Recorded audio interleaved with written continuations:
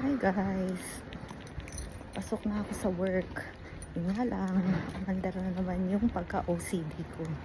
So babalik ako, i-check ko kung yung oven at saka yung plancha.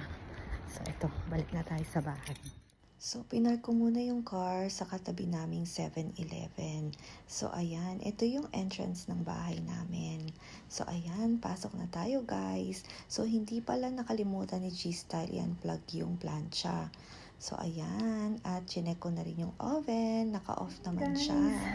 So na-check ko na yung oven and then yung plancha na-unplug naman ni G-Style. So pasok na ako guys.